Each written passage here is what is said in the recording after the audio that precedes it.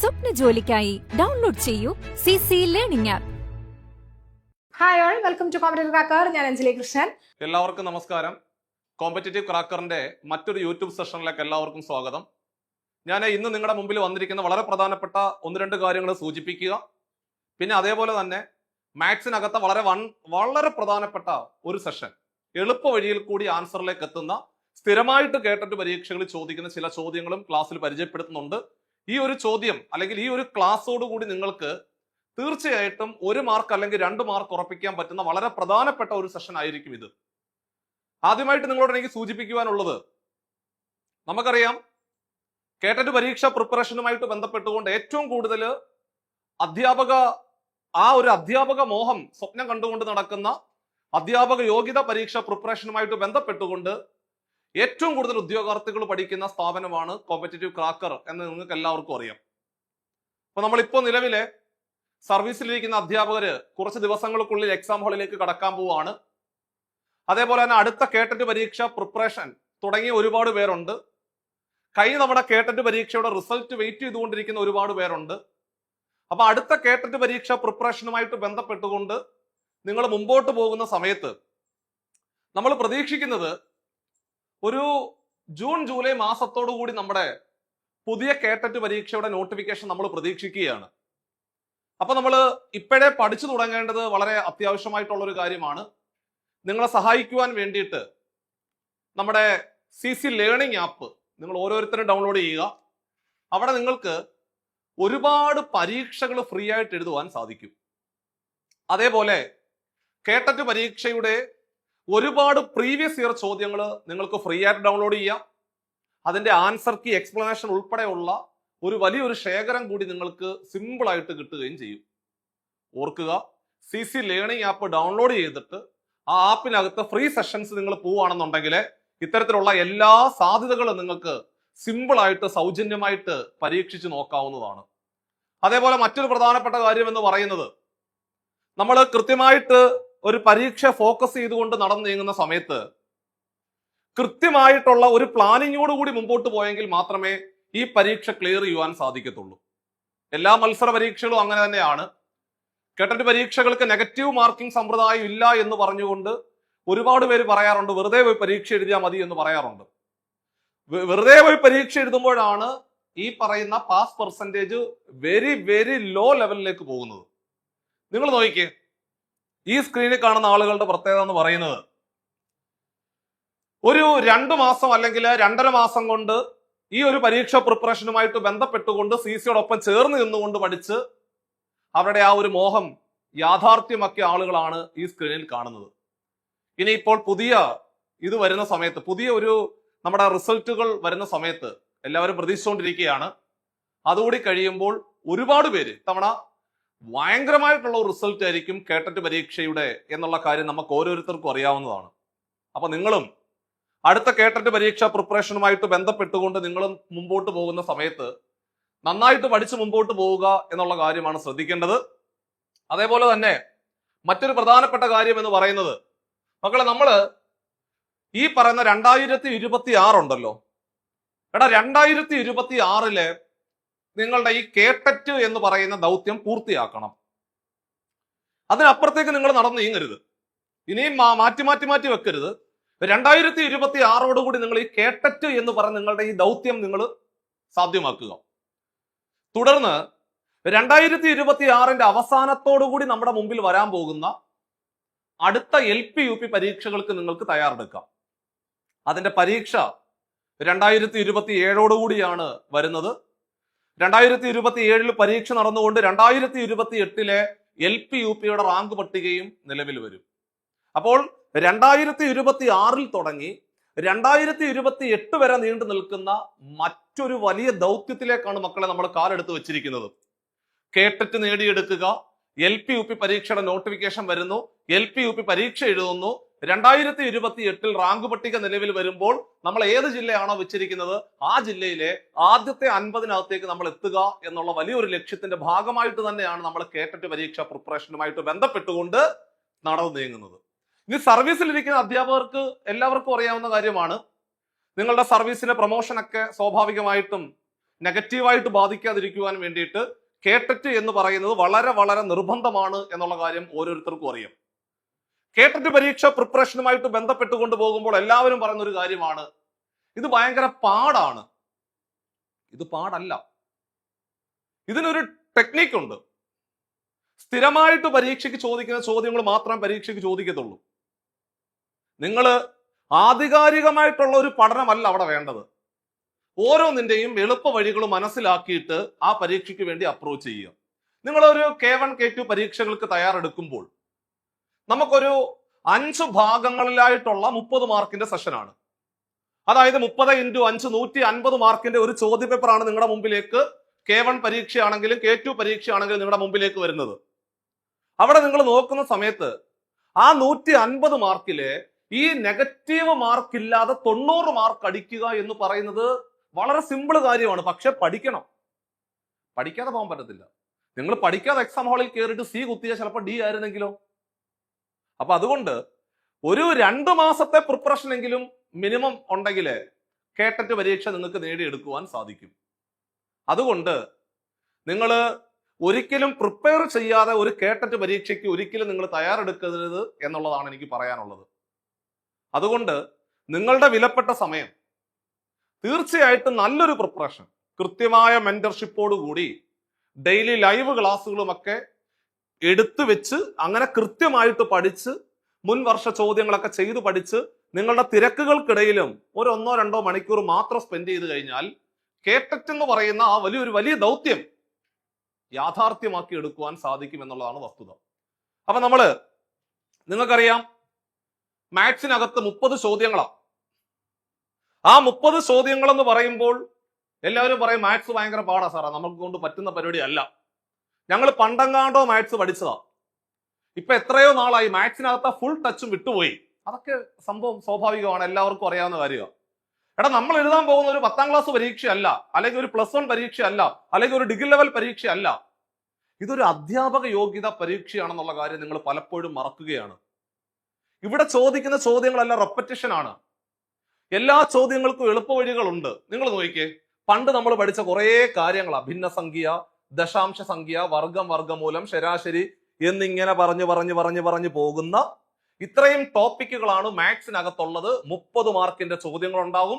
അതിലെ 22 ചോദ്യങ്ങൾ അല്ലെങ്കിൽ 23 ചോദ്യങ്ങൾ പ്യുവർ മാത്സും 8 ചോദ്യങ്ങൾ അല്ലെങ്കിൽ 7 ചോദ്യങ്ങൾ ഇതിന്റെ പെഡഗോഗി ഭാഗവുമായിട്ട് വരും. അങ്ങനെ 30 മാർക്കിന്റെ ഒരു ചോദ്യ പേപ്പർ മാത്സിനകത്ത് നിന്ന് നിങ്ങളുടെ ക്വസ്റ്റ്യൻ പേപ്പറിനകത്തേക്ക് വരികയാണ്. നമുക്ക് നോക്കാം. അതാണ്ടേ ഒന്നാമത്തെ ചാപ്റ്റർ എന്തോ കുഞ്ഞുങ്ങളെ, മക്കളെ, ഒന്നാമത്തെ ചാപ്റ്റർ എന്ന് പറഞ്ഞാൽ ഭിന്നസംഖ്യകൾ എന്ന് പറയുന്ന ചാപ്റ്റർ ആണ്. എടാ, ഭിന്നസംഖ്യകൾ എന്ന് പറയുന്ന ചാപ്റ്ററുമായിട്ട് ബന്ധപ്പെട്ടുകൊണ്ട് സ്ഥിരമായിട്ട് പരീക്ഷയ്ക്ക് ചോദിക്കുന്ന 5 ടൈപ്പ് ചോദ്യങ്ങൾ ക്ലാസ്സിൽ പറഞ്ഞു തരാം. നോക്കിക്കേ, അതാണ്ടേ ഒന്നാമത്തെ ചോദ്യം നോക്കിക്കേ. ഇതൊരു ടൈപ്പ് 1 ചോദ്യം, സ്ഥിരമായിട്ട് പരീക്ഷയ്ക്ക് ചോദിക്കുന്ന ചോദ്യം. അതാണ്ടേ 1 - 1/2 - 1/4 -1/8 -1/16 വില എത്രടാ കുഞ്ഞുങ്ങളെ എന്നാണ് ചോദ്യം. ഇത് കാണുമ്പോഴേ നമുക്കറിയാം, സാറേ ഇത് കൂട്ടി നോക്കണമെങ്കിൽ LCM കണ്ടുപിടിക്കണം, അത് ചെയ്യണം, അതൊന്നും വേണ്ട. തന്നിരിക്കുന്ന സംഖ്യകൾക്ക് ഒരു പ്രത്യേകതയുണ്ട്. എടാ, 1ന്റെ പകുതിയാണ് അര, അരയുടെ പകുതിയാണ് കാല്, കാലിന്റെ പകുതിയാണ് 1/8, 1/8ന്റെ പകുതിയാണ് 1/16. അങ്ങനെ പകുതി എടുത്തു പോകുന്ന സീരീസ് അല്ലേ? 1ന്റെ പകുതി അര, അരയുടെ പകുതി 1/4, 1/4ന്റെ പകുതി 1/8, 1/8ന്റെ പകുതി 1/16. അങ്ങനെ പകുതി എടുത്തു പോകുന്ന സീരീസിലെ മൈനസ് ചിഹ്നമാണെങ്കിൽ കണ്ടോ, 1ന്റെ പകുതി 1/2, 1/2ന്റെ പകുതി 1/4, 1/4ന്റെ പകുതി 1/8. അങ്ങനെ ടൈപ്പ് 1 ചോദ്യങ്ങളുടെ പ്രത്യേകത പകുതി എടുത്തു പോകുന്ന സീരീസ് മൈനസ് ചിഹ്നമാണ്. പകുതി എടുത്തു പോകുന്ന സീരീസിലെ മൈനസ് ചിഹ്നമാണെങ്കിൽ ഒന്നും നോക്കണ്ട, അവസാനം നിൽക്കുന്ന ഭിന്നസംഖ്യ ഏതാണോ അതാണ് ആൻസർ. അവസാനം നിൽക്കുന്ന ഭിന്നസംഖ്യ ഏതാ? അവസാനം നിൽക്കുന്നത് 1/16 അല്ലേ? അപ്പൊ നമ്മുടെ ഉത്തരം എന്തുവാ? ഒന്നാമത്തെ ആൻസർ ദാ പിടിച്ചോ മക്കളെ, 1/16 ഈസ് ദ റൈറ്റ് ആൻസർ. പരിപാടി കഴിഞ്ഞു. ഇത്രേ ഉള്ളൂ. ഇവിടെ ഞാൻ ചോദിച്ചോട്ടെ, ഈ ഒരു ചോദ്യത്തിന് ഉത്തരം 1/16 ആണെന്ന് അറിയാൻ എന്തെങ്കിലും വേണോ? സിമ്പിൾ ആയിട്ട് ഐഡിയ കിട്ടിയില്ലേ? ഈ ചോദ്യം സ്ഥിരമായിട്ട് കേട്ടിട്ട് പരീക്ഷകൾക്ക് ചോദിക്കുന്ന ഒരു ചോദ്യമാണ്. മറ്റൊരു ക്വസ്റ്റ്യൻ ആണ്ടേ, 1 - 1/2 - 1/4 - 1/8 പകുതി എടുത്ത് പോവാ. അവസാനം നിൽക്കുന്ന ഭിന്നസംഖ്യ ഏതാണ്? അവസാനം നിൽക്കുന്നത് 1/32 അല്ലേ? അപ്പൊ അതാ പിടിച്ചോ മക്കളെ, ഉത്തരം 1/32 ഈസ് ദ റൈറ്റ് ആൻസർ. പരിപാടി കഴിഞ്ഞു. സെറ്റാണോ? അപ്പൊ അടുത്ത് പിടിച്ചു. ഇതേപോലെ 1 - 1/2 - 1/4 - 1/8 അങ്ങനെ പോവാ. അവസാനം നിൽക്കുന്ന ഭിന്നസംഖ്യ ഏതാ? 1/64. നമ്മളുടെ ഉത്തരം 1/64 റൈറ്റ് ആൻസർ. പരിപാടി കഴിഞ്ഞു. 1/5. ആ 1/5ന്റെ പകുതിയാണ് 1/10. 1/10ന്റെ പകുതിയാണ് 1/20. 1/20ന്റെ പകുതിയാണ് 1/40. അവസാനം നിൽക്കുന്ന ഭിന്നസംഖ്യ ഏതാ? അവസാനം നിൽക്കുന്നത് 1/40. നമ്മളുടെ answer 1/40 is the right answer. Simple. കണ്ടോ, ഇത്രേ ഉള്ളു പരിപാടി. കാര്യം മനസ്സിലായോ? അതായത് പകുതി എടുത്തെടുത്തെടുത്തെടുത്ത് പോകുന്ന സീരീസിലെ മൈനസ് ചിഹ്നം വരുവാണെങ്കിൽ അവസാനം നിൽക്കുന്നവരാരാണോ അവനാണ് ഉത്തരം. ഇത്രേ ഉള്ളു പരിപാടി. ഇത് സ്ഥിരമായിട്ട് പരീക്ഷയ്ക്ക് ചോദിക്കുന്ന വളരെ പ്രധാനപ്പെട്ട ഒന്നാമത്തെ ടൈപ്പ് ചോദ്യമാണ് ക്ലാസ്സിലെ വളരെ ഭംഗിയായിട്ട് ഞാൻ പറഞ്ഞു തന്നത്. ഇനി അപ്പൊ നമ്മള് രണ്ടാമത്തെ ക്വസ്റ്റ്യനിലേക്ക് പതിയെ കടക്കുക. ശ്രദ്ധിച്ചോ, ദാണ്ടേ സെയിം മോഡലാണ്. മൈനസ് ആയിരുന്നെങ്കിൽ അവസാനം നിൽക്കുന്ന സംഖ്യ ഏതാണോ അതിനെ ആൻസർ ആയിട്ട് പരിഗണിക്കായിരുന്നു. ആണേ, പ്ലസ് ആയതുകൊണ്ട് അവസാനം നിൽക്കുന്ന സംഖ്യയുടെ ഛേദമുണ്ടല്ലോ, ആ ഛേദം എടുത്തതാണ്ട് ഇങ്ങോട്ടങ്ങ് എഴുതണം. എഴുതി അവസാനം നിൽക്കുന്ന ഭിന്നസംഖ്യയുടെ ഛേദം എന്താണോ അതെടുത്ത് ഉത്തരത്തിന്റെ ഛേദമായിട്ട് അങ്ങ് എഴുതി വെച്ചു. ഇനി ചെയ്യേണ്ടത്, ആദ്യം കിടക്കുന്ന സംഖ്യയുടെ മുകളിൽ മക്കളെ 2 എഴുതി.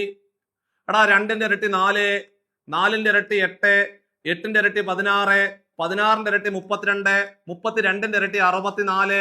അങ്ങനെ ഇരട്ടി എടുത്തെടുത്തെടുത്തെടുത്ത് പോകുമ്പോൾ അവസാനം നിൽക്കുന്ന സംഖ്യ ഏതാണോ അതിൽ നിന്ന് 1 കുറയ്ക്കുക. അവസാനം വന്നത് 64. 64ൽ നിന്ന് 1 കുറയ്ക്കുക. 64ൽ നിന്ന് 1 കുറച്ചാൽ 63. നമ്മളുടെ ഉത്തരം 63 ഡിവൈഡഡ് ബൈ 32 സെറ്റ്. അങ്ങനെയാണെങ്കിൽ അടുത്ത ക്വസ്റ്റ്യൻ ദാണ്ടേ പ്ലസ് ആണ്. ദാണ്ടേ അങ്ങനെയാണെങ്കിൽ മക്കളെ അവസാനം നിൽക്കുന്ന ഭിന്നസംഖ്യയുടെ ഛേദം എത്ര? 64. അതുപോലെ അങ്ങ് എഴുതി വെച്ചു. ഇനി നമുക്ക് വേണ്ടത് അംശം. തുടക്കത്തിൽ 2 എഴുതി. 2ന്റെ ഇരട്ടി 4, 4ന്റെ ഇരട്ടി 8, 8ന്റെ ഇരട്ടി 16, 16ന്റെ ഇരട്ടി 32, 32ന്റെ ഇരട്ടി 64, 64ന്റെ ഇരട്ടി 128. ആ 128 നിന്ന് 1 കുറച്ചു 127. Answer 127 divided by 64 is the right choice. Simple അല്ലേ? അപ്പൊ ഒരെണ്ണം കൂടെ പിടി. 1/5 പ്ലസ് 1/10 പ്ലസ് 1/20 പ്ലസ് 1/40 പകുതി എടുത്ത് പോകുക. അപ്പൊ നിങ്ങൾ എന്നോട് ചോദിക്കും, സാർ എങ്ങനെയായി പറഞ്ഞത് പകുതിയാണെന്ന്? മക്കളെ, ഛേദം ഇരട്ടിയായിട്ടാണ് പോകുന്നതെങ്കിൽ ആ സംഖ്യ പകുതി ആയിക്കൊണ്ടിരിക്കുന്നു എന്നർത്ഥം. എടാ 5ന്റെ ഇരട്ടി അല്ലേ 10. അപ്പൊ നമ്മൾക്ക് കണ്ണും പൂട്ടി പറയാം 1/5ന്റെ പകുതിയാണ് 1/10. ആ 1/10ന്റെ പകുതിയാണ് 1/20. 1/20ന്റെ പകുതിയാണ് 1/40. 1/40ന്റെ പകുതിയാണ് 1/80. 1/80ന്റെ പകുതിയാണ് 1/160 സെറ്റ്. അങ്ങനെ അതേപോലെ അവസാനം നിൽക്കുന്ന ഭിന്നസംഖ്യ അതിന്റെ ഛേദം 40. അതുപോലെ അങ്ങ് എഴുതി വെച്ചു. അംശത്തിന് വേണ്ടി പഴയതുപോലെ ആദ്യം 2 എഴുതി. 2ന്റെ ഇരട്ടി 4, 4ന്റെ ഇരട്ടി 8, 8ന്റെ ഇരട്ടി 16. ദാണ്ടേ എവിടെയാണോ അവസാനിച്ച് നിൽക്കുന്നത് അതിൽ നിന്ന് 1 കുറയ്ക്കുക. 16ൽ നിന്ന് 1 കുറച്ചാൽ 15 വരും. അങ്ങോട്ട് എഴുതി വെച്ചു. 15 ഡിവൈഡഡ് ബൈ 40 എന്ന് വരും നമ്മളുടെ ആൻസർ. വേണമെങ്കിൽ ദാണ്ടേ 1 വെട്ടാം, 5 കൊണ്ട് വെട്ടാം. മക്കളെ 5 കൊണ്ട് വെട്ടുക എന്ന് പറഞ്ഞ അർത്ഥം 5 കൊണ്ട് ഹരിക്കുക. എടാ അങ്ങനെയാണെങ്കിൽ 15നെ 5 കൊണ്ട് ഹരിച്ചാൽ 3 വരത്തില്ലേ? 40നെ 5 കൊണ്ട് ഹരിച്ച 8 വരത്തില്ലേ? അപ്പൊ ഉത്തരം എത്ര? 3/8 എന്ന് വൃത്തിയായിട്ട് ഭംഗിയായിട്ട് എഴുതി അവസാനിപ്പിക്കുക. നമ്മളുടെ 1 മാർക്ക് അവിടെ ക്ലിയർ പിക്ചർ ആയിട്ട് വന്നിരിക്കുകയാണ്. അപ്പൊ ഈ 2 മോഡൽ ചോദ്യങ്ങൾ വൃത്തിയായിട്ട് പഠിച്ചില്ലേ? ഇത് 2 മോഡലും ഒരു ബുക്കിനകത്തേക്ക് വൃത്തിയായിട്ട് എഴുതണം. അപ്പൊ 1 മാർക്കായി നമുക്ക് ഇവിടുന്ന്. സ്ഥിരമായിട്ട് ചോദിക്കുന്ന ചോദ്യം.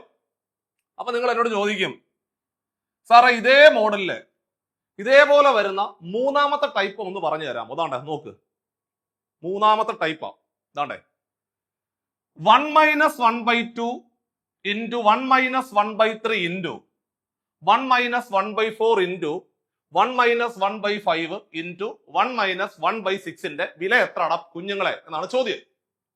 ഇത്തരത്തിലൊരു ചോദ്യം നമ്മുടെ മുമ്പിലേക്ക് വന്ന സമയത്ത് നമുക്കറിയാം, ഈ ബ്രാക്കറ്റ് ചെയ്ത് ആ ബ്രാക്കറ്റ് ചെയ്ത് അത് ചെയ്ത് അങ്ങനെ അങ്ങനെ അങ്ങനെ അങ്ങനെ അങ്ങനെ ഗുണിച്ചു പോകണമെന്നുണ്ടെങ്കിൽ എങ്ങനെ പോയാലും ഒരു 10 മിനിറ്റ് സമയം എടുക്കും. അതൊന്നും വേണ്ട, ചെയ്യേണ്ട പരിപാടി ഞാൻ പറഞ്ഞു തരാം. എന്താണ്ടേ ശ്രദ്ധിച്ചു കേൾക്കുക. ഇത്തരത്തിൽ ഒരു ചോദ്യം വരുമ്പോൾ ആ ചോദ്യത്തിന് ഒരു പ്രത്യേകതയുണ്ട്. 1 - 1/2, 1 - 1/3, 1 - 1/4, 1 - 1/5 കണ്ട, അങ്ങനെ തുടർച്ചയായിട്ടല്ല പോകുന്നത്. 1/2, 1/3, 1/4, 1/5, 1/6 അങ്ങനെ കൺസിക്യൂട്ടീവ് തുടർച്ചയായിട്ടാണ് പോകുന്നത്. അങ്ങനെ വരുമ്പോൾ നിങ്ങൾ ചെയ്യേണ്ടത് ആദ്യത്തെ ബ്രാക്കറ്റും അവസാനത്തെ ബ്രാക്കറ്റും മാത്രം ചെയ്യുക, വേറെ ഒന്നും ചെയ്യണ്ട. എന്താ ഞാൻ പറഞ്ഞത്? ആദ്യത്തെ ബ്രാക്കറ്റ് ചെയ്യണം, അതേപോലെ അവസാനത്തെ ബ്രാക്കറ്റും മാത്രം ചെയ്യുക. അങ്ങനെയാണെങ്കിൽ ആദ്യത്തെ ബ്രാക്കറ്റ് ഒന്ന് ചെയ്തേ നോക്കിയേ. 1 - 1/2 മക്കളെ, 1 - 1/2. എടാ 1 - 1/2 എന്ന് പറഞ്ഞാൽ നിങ്ങൾ പറയും സാറേ 1 ന്ന് 1/2 കുറയ്ക്കാൻ പറഞ്ഞാൽ 1/2 ശരിയാ. അതും വേണമെന്നില്ല, വേറെ വഴിയുണ്ട്. 1 - 1/2 കാണുമ്പോൾ ദാണ്ട നോക്കിക്കേ, 2 - 1 എന്തുവാ? 2 - 1 എന്തുവാ? 2 - 1 1 ബൈ ആ ഛേദം അതുപോലെ അങ്ങ് എഴുതിക്കോ 2. ഇത്രേ ഉള്ളൂ പരിപാടി. ഇനി അവസാനത്തെ ബ്രാക്കറ്റും കൂടെ ചെയ്യണം ഇതേപോലെ. ആദ്യത്തെ ബ്രാക്കറ്റും അവസാനത്തെ ബ്രാക്കറ്റും മാത്രം ചെയ്യണം. 1 - 1/6, 6 - 1 പറ, 6 - 1 5 by 6 കണ്ടോ, 6 - 1 5 by 6. ഇത് ചെയ്താൽ മതി. ഇത്രയും ചെയ്തെടുത്തതിന് ശേഷം ചെയ്യേണ്ട പരിപാടി മക്കളെ, ആദ്യത്തെ ഭിന്നസംഖ്യയുടെ അംശവും രണ്ടാമത്തെ ഭിന്നസംഖ്യയുടെ ഛേദം ഉണ്ടല്ലോ, ആദ്യത്തെ ഭിന്നസംഖ്യയുടെ അംശവും രണ്ടാമത്തെ ഭിന്നസംഖ്യയുടെ ഛേദവും 1/6. മക്കളെ നമ്മുടെ ആൻസർ 1/6. ഇത്രേ ഉള്ളൂ പരിപാടി, ഇത്രേ ഉള്ളൂ. സിമ്പിൾ അല്ലേ? ക്ലിയർ ആയോ? ആദ്യത്തെ ബ്രാക്കറ്റ് ചെയ്യണം, അവസാനത്തെ ബ്രാക്കറ്റ് ചെയ്യുക, രണ്ട് ഭിന്നസംഖ്യകൾ കിട്ടും. അതിൽ ആദ്യത്തെ ഭിന്നസംഖ്യയുടെ അംശവും രണ്ടാമത്തെ ഭിന്നസംഖ്യയുടെ ഛേദവും എഴുതി വെച്ച് കഴിഞ്ഞാല് ആ ചോദ്യത്തിനുള്ള ഉത്തരം റെഡിയായി. അത്രേ ഉള്ളൂ. അപ്പൊ നിങ്ങൾ പറയും ദാണ്ടേ ഇതേ മോഡലില് ഈ ചോദ്യം ചെയ്തേ, പെട്ടെന്ന് വേണം. ദാണ്ടേ 1 - 1/2, 2 - 1 1/2. ക്ലിയർ? അവസാനല്ല, അതും കൂടെ ചെയ്യും. 1 - 1/20, 20 - 1, 20 - 1 19/20. കണ്ടോ?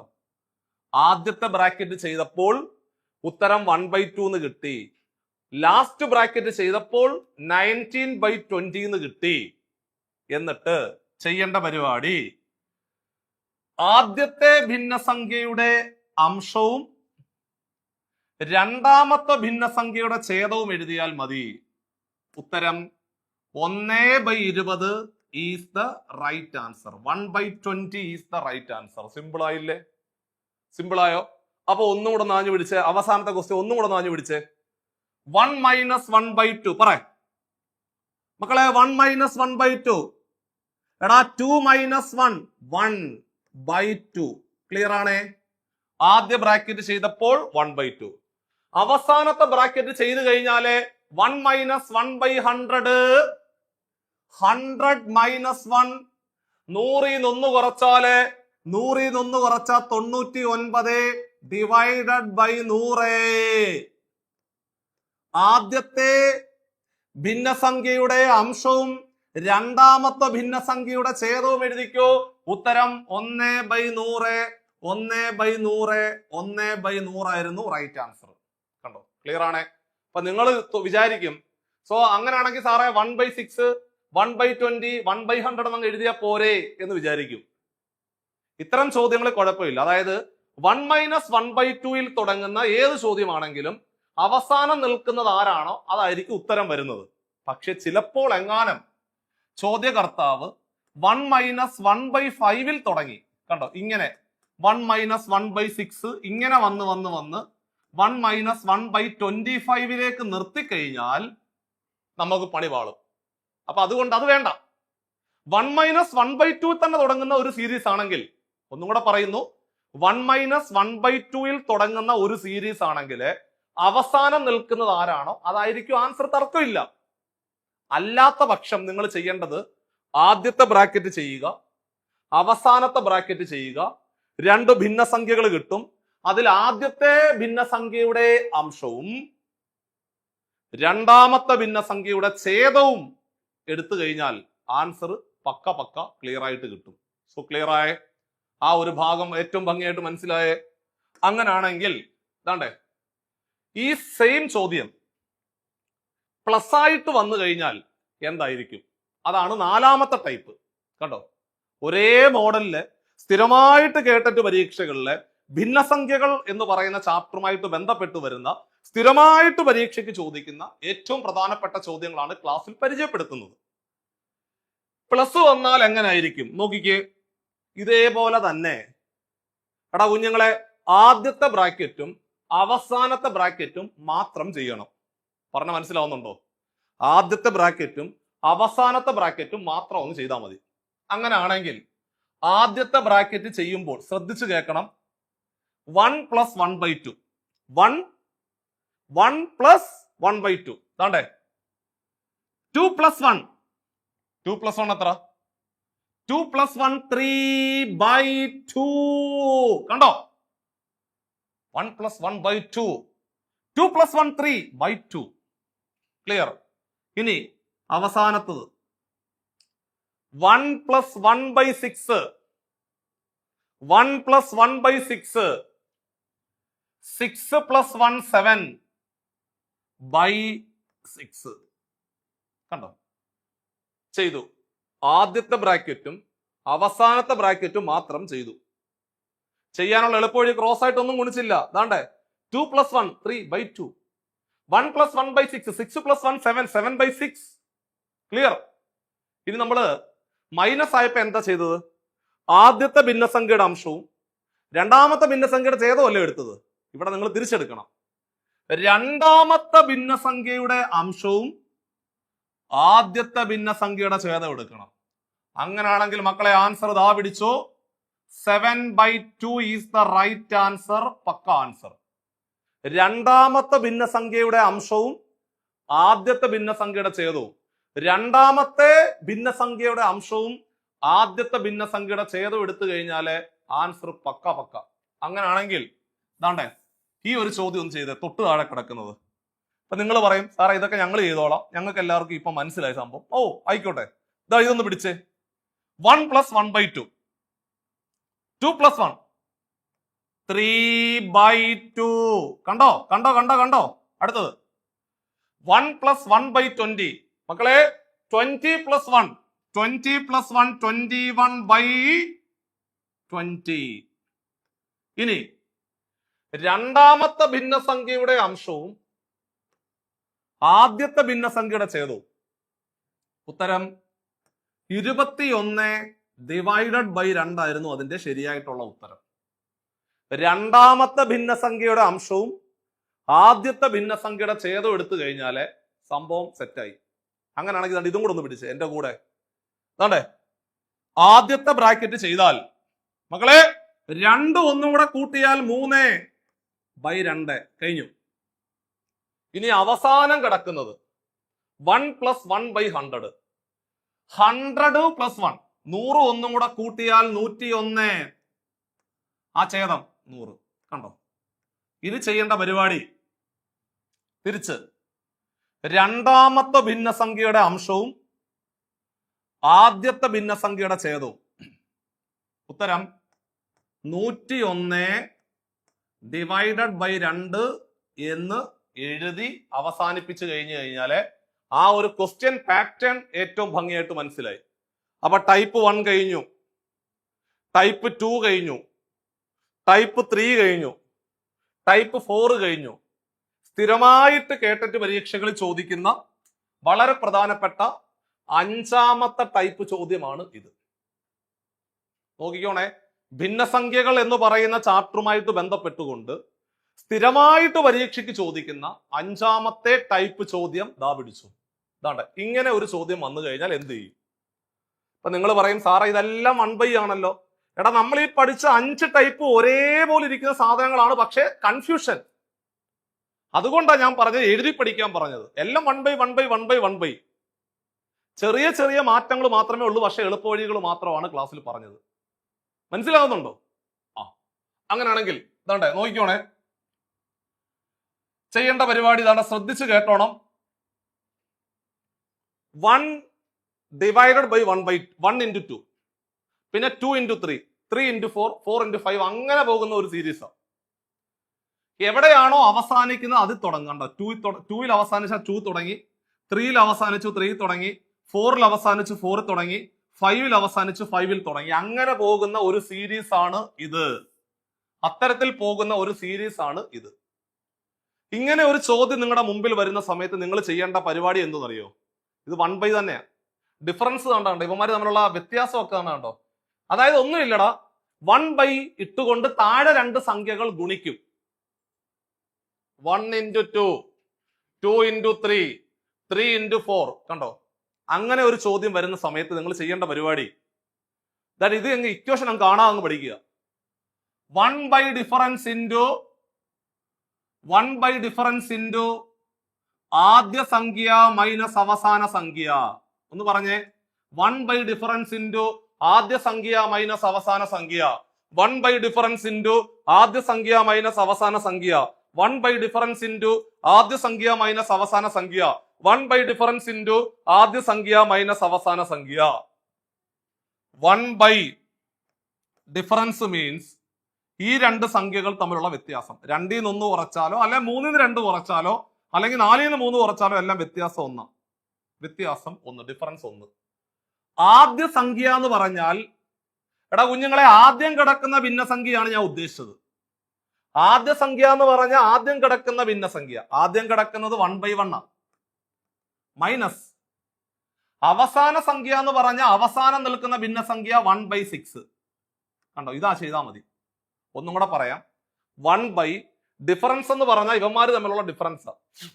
അതിവിടെ ഒന്നൊന്നല്ലോ, ചിലപ്പോൾ 2 വരും. അതുകൊണ്ടാണ് ഞാൻ കോമൺ ആയിട്ട് അങ്ങ് ഇട്ടത്. 1/, ഡിഫറൻസ് ഇൻറ്റു ആദ്യ സംഖ്യ മൈനസ് അവസാന സംഖ്യ. ആദ്യ സംഖ്യ എന്ന് പറഞ്ഞാൽ ആദ്യം കിടക്കുന്ന ഭിന്നസംഖ്യ. അവസാന സംഖ്യ എന്ന് പറഞ്ഞാൽ അവസാനം കിടക്കുന്ന ഭിന്നസംഖ്യയാണ്. കണ്ടേ? 1/1 എന്ന് പറഞ്ഞാൽ 1 തന്നെ, അത് വിട്. കണ്ടേ? 1 മൈനസ് 1/6. മക്കളെ, 1 മൈനസ് 1/6 എളുപ്പമല്ലേ ചെയ്തെടുക്കാൻ? ഞാൻ എളുപ്പവഴി പറഞ്ഞു തന്നല്ലോ. ക്രോസ് ചെയ്യാനൊന്നും പോകണ്ട. 6 മൈനസ് 1 എത്ര? 6 മൈനസ് 1 5/6. ആൻസർ താണ്ടാണ്ടോ, 5/6. ഇത്രേ ഉള്ളു പരിപാടി. സോ സിമ്പിൾ പരിപാടി. ക്ലിയർ ആയ നോക്കിക്കേ, ഭംഗിയായിട്ട് മനസ്സിലായോ? 1/, ഡിഫറൻസ് ഇൻറ്റു ആദ്യ സംഖ്യ മൈനസ് അവസാന സംഖ്യ. 1/, ഡിഫറൻസ് ഇൻറ്റു ആദ്യ സംഖ്യ മൈനസ് അവസാന സംഖ്യ. അങ്ങനാണെങ്കിൽ ദാണ്ടേ 2ാമത്തെ ചോദ്യം നിങ്ങളൊന്ന് സ്വന്തമായിട്ടൊന്ന് ചെയ്ത് നോക്കി. ദാണ്ടേ താഴെ 1/, ഡിഫറൻസ് 2 മൈനസ്, അത് ഒന്ന് തന്നെയാണ്.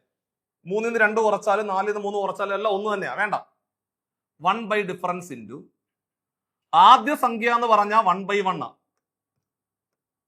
അവസാന സംഖ്യ എന്ന് പറഞ്ഞാൽ 1/100. ആദ്യ സംഖ്യ മൈനസ് അവസാന സംഖ്യ. ആദ്യ സംഖ്യ 1/1, അവസാന സംഖ്യ 1/100. 1 cut. 1 minus 1/100. 1 minus 1/100. 100 minus 1. 100 minus 1 is 99/100. ഉത്തരം 99 ഡിവൈഡഡ് ബൈ 100 എന്നുള്ളതായിരുന്നു ഇതിന്റെ ആൻസർ. സിമ്പിൾ ആയിട്ട് കിട്ടിയില്ലേ? അങ്ങനാണെങ്കിൽ മക്കളെ ഇതിന്റെ ആൻസർ ഒന്ന് പറഞ്ഞേടാ. 1/1 into 3 plus 1/3 into 5 plus 1/5 into 7 അങ്ങനെ പോയി 1/23 into 25ന്റെ വില എത്ര എന്നാണ് ചോദ്യം. പഴയതുപോലെ തന്നെ 1 ഇവിടെ ഡിഫറൻസ് 2 ശ്രദ്ധിക്കണം. ഇവിടെ ഡിഫറൻസ് 2 ഡിഫറൻസ് 1 ഡിഫറൻസ് 2 എങ്ങനെ 2 കിട്ടിയത്? 5 3 കുറച്ചു, അല്ലെങ്കിൽ 7 5 കുറച്ചു, അല്ലെങ്കിൽ 3 1 കുറച്ചു, 2.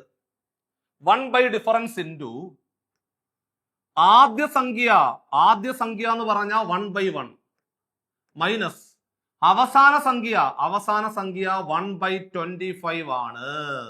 കണ്ടോ? ഇനി 1/2 അതുപോലെ തന്നെ എഴുതി വെച്ചു. 1 മൈനസ് 1/25 എളുപ്പവഴിയുണ്ട്. 1 മൈനസ് 1/25 എളുപ്പവഴി. 25 മൈനസ് 1 25 1 കുറച്ച 24 ഡിവൈഡഡ് ബൈ 25. ക്ലിയർ? 1 മൈനസ് 1/25 എന്ന് പറഞ്ഞാൽ 25 മൈനസ് 1 24 ഡിവൈഡഡ് ബൈ 25. സെറ്റ്. 2 24 കൂടെ വെട്ടിയാൽ 12 വരും അല്ലേ? 12 2 അല്ലേ 24. 2 കൊണ്ട് വെട്ടുവാണെങ്കിൽ മുകളിൽ 12 എന്ന് വരും. അപ്പൊ നമ്മളുടെ ഉത്തരം എന്ന് പറയുന്നത് 12/25 എന്നുള്ളതായിരുന്നു അതിന്റെ ശരിയായിട്ടുള്ള ഉത്തരം. കണ്ടോ? അപ്പൊ ഇത്തരത്തിലൊരു ചോദ്യം വരുവാണെങ്കിൽ 1 ഡിഫറൻസ് ഇൻറ്റു ആദ്യ സംഖ്യ മൈനസ് അവസാന സംഖ്യ, 1 ഡിഫറൻസ് ഇൻറ്റു ആദ്യ സംഖ്യ മൈനസ് അവസാന സംഖ്യ എന്ന് ഓർത്തിരിക്കണം. അങ്ങനെയാണെങ്കിൽ ദാണ്ടേ തൊട്ട് താഴെ നിങ്ങൾക്ക് വേണ്ടി ഞാനൊരു ചോദ്യം ഇടുക. ദാണ്ടേ 1/3 into 5 into 7. കണ്ട, എവിടെയാണോ അവസാനിക്കുന്നത് അവിടെ തുടങ്ങിയാൽ മതി. കണ്ട, അങ്ങനെ പോകുന്ന ഒരു സീരീസ്. അപ്പൊ 7 അവസാനിച്ച 7 തുടങ്ങണം. വ്യത്യാസം തുല്യമായിരിക്കും. 5 3 കുറച്ചാൽ 2, 7 5 കുറച്ചാലും എല്ലാം 2 തന്നെയാണ്. അതൊന്നും കുഴപ്പമില്ല. ദാണ്ടേ 1 ഡിഫറൻസ് 2. ആദ്യ സംഖ്യ എന്ന് പറഞ്ഞാൽ മക്കളെ 1/3 ആണ്. ഏടാ അവസാന സംഖ്യ എന്ന് പറഞ്ഞാൽ 1/43 ആണ്. ഇവിടെ നിങ്ങൾക്ക് പെട്ടെന്ന് എളുപ്പവഴി ഉപയോഗിക്കാൻ പറ്റത്തില്ല. ഇവിടെ നമ്മൾ ക്രോസ് ആയിട്ട് ഗുണിച്ച് ഭിന്നസംഖ്യകളെ കുറയ്ക്കുന്ന മെത്തേഡ് ക്രോസ് മൾട്ടിപ്ലിക്കേഷൻ ഉപയോഗിച്ചെങ്കിൽ മാത്രമേ ഈ 2 ഭിന്നസംഖ്യകളെ കുറയ്ക്കാൻ പറ്റത്തുള്ളൂ. അങ്ങനെയാണെങ്കിൽ ദാണ്ടേ 1/2 അതുപോലെ തന്നെ എഴുതി വെച്ചു. Into 1/3 minus 1/43. 1/3 minus 1/43 cross 1 into 43. 43 minus 3 into 1 3 divided by 43 into 3. ഛേദങ്ങൾ തമ്മിൽ ക്രോസ് ചെയ്ത് ഛേദത്തിൽ എഴുതണം. 43നെ 3 കൊണ്ട് ഗുണിച്ചാല് മക്കളെ 129 എന്ന് വരത്തില്ലടാ. അങ്ങനാണെങ്കിൽ 43 3 കുറച്ചാ 40. 40 ഡിവൈഡഡ് ബൈ 129 എന്ന് വരത്തില്ലേ? അതായത് 1/3 മൈനസ് 1/43 ചെയ്യുമ്പോൾ 40/129 എന്ന് വരും. ദാണ്ടെ 40/129 എഴുതി വെച്ചു. ഈ 2ഉം ഈ 40ഉം കൂടെ വെട്ടിയാൽ 20 അല്ലേ? കാരണം 20ന്റെ രണ്ടാമത്തെ ഗുണിതമാണ് 40. 20 ഡിവൈഡഡ് ബൈ 129. 20 ഡിവൈഡഡ് ബൈ 129 ആയിരുന്നു അതിന്റെ ശരിയായിട്ടുള്ള ഉത്തരം. Set, 1 mark. ക്ലിയർ? കണ്ടോ, ഇവിടെ മാത്രം നമുക്കത് ചെയ്തു നോക്കേണ്ടി വന്നു. 1 into 43. 43 minus 3 into 1 3 divided by 3 into 43 129. അവിടെ മാത്രം നമുക്കൊന്ന് ചെയ്തു നോക്കേണ്ടി വന്നു. പക്ഷേ 1 മൈനസ് 1/43 ആയിരുന്നെങ്കിൽ എളുപ്പ വഴിയിൽ കൂടി നമുക്ക് ആൻസറിലേക്ക് എത്തുവാൻ സാധിച്ചേനെയായിരുന്നു. ക്ലിയർ ആണേ? അങ്ങനാണെങ്കിൽ ഈ 5 മോഡൽ ചോദ്യങ്ങൾ നിങ്ങൾ വൃത്തിയായിട്ട് പഠിച്ചിട്ടുണ്ടെങ്കിൽ ഈ ക്വസ്റ്റ്യൻ ഉണ്ടല്ലോ, ഇത് സ്വന്തമായിട്ട് ചെയ്തിട്ട് നിങ്ങൾക്ക് ആൻസറിലേക്ക് എത്താവുന്നതാണ്. ഓക്കെ, അപ്പൊ ആ സ്വന്തമായിട്ട് ചെയ്യുന്ന ആ ക്വസ്റ്റ്യൻ ഉണ്ടല്ലോ, അത് ചെയ്തിട്ട് അതിന്റെ ഉത്തരം തൊട്ടു താഴെ കമന്റ് ബോക്സിൽ ഓരോരുത്തരും അടയാളപ്പെടുത്തണം. അതേപോലെ തന്നെ മറ്റൊരു പ്രധാനപ്പെട്ട കാര്യം നിങ്ങളോട് എനിക്ക് പറയുവാനുള്ളത്, ഈ ക്ലാസ് നിങ്ങൾ പൂർണ്ണമായിട്ടും കണ്ടു എന്ന് കരുതുക. ഭിന്നസംഖ്യകളുമായിട്ട് ബന്ധപ്പെട്ടുകൊണ്ടുള്ള വളരെ പ്രധാനപ്പെട്ട ഈ ട്രിക്കുകൾ അടങ്ങിയ ഈ ക്ലാസ് നിങ്ങൾ പൂർണ്ണമായിട്ട് കണ്ട് വൃത്തിയായിട്ടുള്ള ഒരു നോട്ട് എഴുതി തയ്യാറാക്കിയിട്ടുണ്ടെങ്കിൽ നിങ്ങൾക്ക് ഉപകാരപ്പെട്ടു എന്ന് തോന്നുവാണെന്നുണ്ടെങ്കിൽ തീർച്ചയായിട്ടും നിങ്ങൾ വീഡിയോ കേട്ടറ്റ് പരീക്ഷ പ്രിപ്പറേഷനുമായിട്ട് ബന്ധപ്പെട്ടുകൊണ്ട് നിൽക്കുന്ന നിങ്ങളുടെ ഫ്രണ്ട്സിലേക്ക് നിങ്ങൾ ഷെയർ ചെയ്യണം. നിങ്ങൾക്ക് ഉപകാരപ്പെട്ടുവെങ്കിൽ മാത്രം നിങ്ങൾ മറ്റുള്ള ഗ്രൂപ്പുകളിലേക്ക് ഷെയർ ചെയ്ത് മാക്സിമം സപ്പോർട്ട് ചെയ്യണം. അതേപോലെ തന്നെ നിങ്ങളൊരു സീരിയസ് ആയിട്ട് കേട്ടറ്റ് നേടിയെടുക്കണം എന്നുള്ള ലക്ഷ്യത്തോടു കൂടി മുമ്പോട്ട് പോകുന്ന ഒരു അധ്യാപകൻ അല്ലെങ്കിൽ അധ്യാപക സുഹൃത്താണെങ്കിൽ നമ്മൾ സ്വന്തമായിട്ടുള്ള ഒരു പ്രിപ്പറേഷൻ എന്നതിലുപരി നിങ്ങൾക്ക് ലിമിറ്റഡ് സമയത്തിനുള്ളിൽ വരാൻ പോകുന്ന കേട്ടറ്റ് പരീക്ഷയുടെ നോട്ടിഫിക്കേഷൻ മുമ്പായിട്ട് ഒരു 10-50 മാർക്ക് സെറ്റായിട്ട് ഇപ്പോൾ തന്നെ ക്രാക്ക് ചെയ്യാൻ പറ്റും. സ്ഥിരമായിട്ട് പരീക്ഷയ്ക്ക് ചോദിക്കുന്ന ചോദ്യങ്ങൾ ക്ലാസ്സിൽ പരിചയപ്പെടുത്തിക്കൊണ്ട് നോട്ടിഫിക്കേഷൻ വരുമ്പോൾ ആ 90 മാർക്ക് എന്ന് പറയുന്ന കടമ്പ കൂടി നിങ്ങൾക്ക് നേടിയെടുക്കുവാൻ സാധിക്കുന്ന രീതിയിലുള്ള ഏറ്റവും പുതിയ കേട്ടറ്റ് ബാച്ചുകൾ നമ്മൾ CC-യിൽ തുടങ്ങാൻ പോവുകയാണ്. നിങ്ങൾക്ക് വേണ്ടി വെയിറ്റ് ചെയ്തതാണ്, നിങ്ങളുടെ ഊഴമാണ്.